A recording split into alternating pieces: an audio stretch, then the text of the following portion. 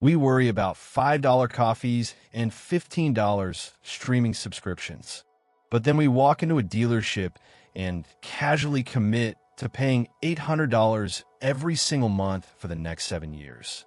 We tell ourselves everyone has a car payment, like it's just a normal part of adult life. But what if I told you that monthly car payment isn't just a bill? It's a systematic wealth destruction machine that could be costing you over $2 million in retirement money. Today, we're exposing the car payment trap that keeps high earners permanently broke. Here's what most people miss. When you buy a $40,000 car, you're not actually spending $40,000.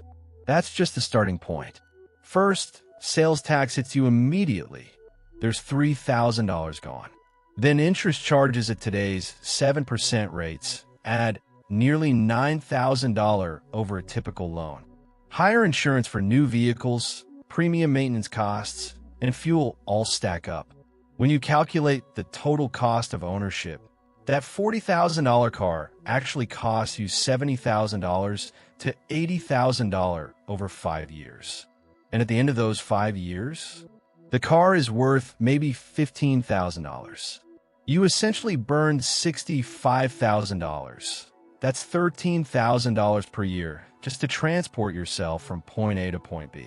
But the real tragedy isn't what you spent. It's what you didn't invest.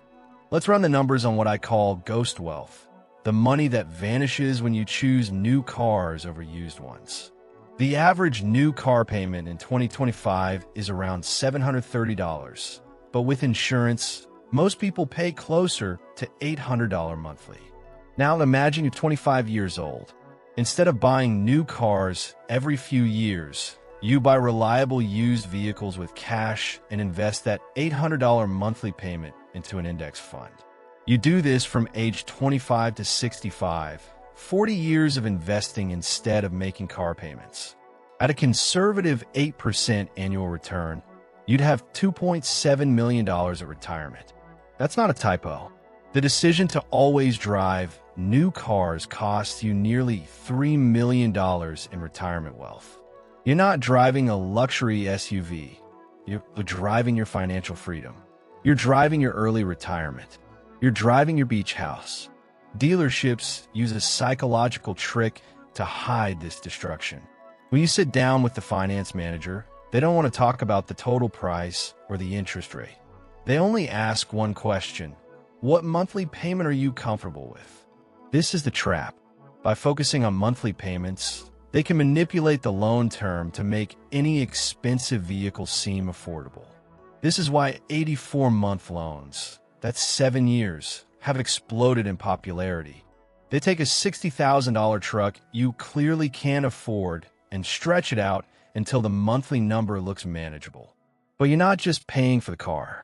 You're drowning in interest, paying for a vehicle that will be breaking down before you even own it outright. Even worse, people trade in cars every 3 years while still underwater on their loans. You owe $30,000 on a car worth $25,000. The dealer rolls that $5,000 negative equity into your new loan. Now you're paying for your current car, plus the ghost of every bad decision before it. I've seen people paying $1,200 monthly for a basic sedan because they're financing 3 vehicles at once. Here's the strategy that actually builds wealth. Buy cars that are 3 to 5 years old. At this point, the vehicle has lost 50 to 60% of its value, but still has 80% of its useful life remaining. Someone else absorbed the massive depreciation hit. You get the same reliable transportation for literally tens of thousands less. A 3-year-old Toyota or Honda with 40,000 miles isn't less reliable than a brand new one. In many ways, it's more reliable because it's proven itself. The bugs are worked out, recalls are addressed, and you know it works. Then, and this is critical, drive it for 10 years. For the last 5 years, you have no car payment. That's the golden period. That's when you take that $800 monthly and invest it aggressively. That's how you build real wealth. Cars are tools, not investments. They're appliances that get you from place to place, not extensions of your identity. The person in the brand new Mercedes parked next to you is likely stressed and broke, one layoff away from repossession. Meanwhile, you and your paid-off 5-year-old vehicle have liquidity, peace of mind, and a growing net worth. Stop loving your car and start loving your freedom. The next time you feel the urge to upgrade, ask yourself, is this shiny metal box worth $2 million of my future? The answer is always no. Now tell me, will you buy your next car new or used, and why? If you found this video helpful, hit like and don't forget to subscribe for more money smart tips.